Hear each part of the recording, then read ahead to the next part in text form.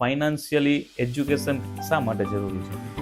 Okay, financial education છે ને, આ કોન્સેપ્ટ કદાચ આપણે ત્યાં નવો છે, બાકી ઓલ ઓવર કન્ટ્રીઝ તમે વર્લ્ડમાં જશો તો એનો કોન્સેપ્ટ પહેલેથી છે જ.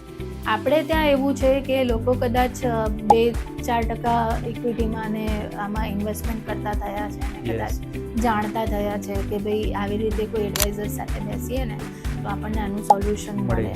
પણ ઓલ ઓવર વર્લ્ડમાં તમે જોશો ને તો એનો કોન્સેપ્ટ પણ બહુ જૂનો છે અને ડિમાન્ડ પણ છે અત્યારે, કે ત્યાં એજ્યુકેટરની અને education as a financial education લોકોને કોલેજમાં અને યુનિવર્સિટીઝમાં ભણાવવામાં આવે છે.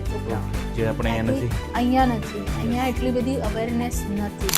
તો પહેલું તો એ છે કે ફાઇનાન્શિયલ એજ્યુકેશન એટલા માટે જરૂરી છે કારણ કે નાના નાના ફાઇનાન્સમાંથી જ તમે મોટું કોર્પસ ક્રિએટ કરી શકો છો. જેમ કે 15 વર્ષનો છોકરો છે એ ઇન્વેસ્ટમેન્ટ કરતો થઈ જાય તો 35 વર્ષે રિટાયર થઈ જાય.